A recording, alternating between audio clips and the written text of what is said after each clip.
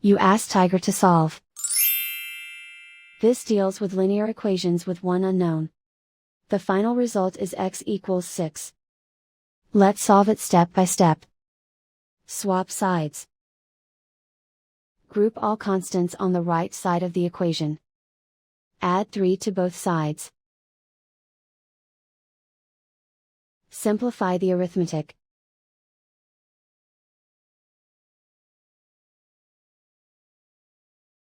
Isolate the x. Divide both sides by 4. Simplify the fraction. Find the greatest common factor of the numerator and denominator. Factor out and cancel the greatest common factor. And so the final result is x equals 6.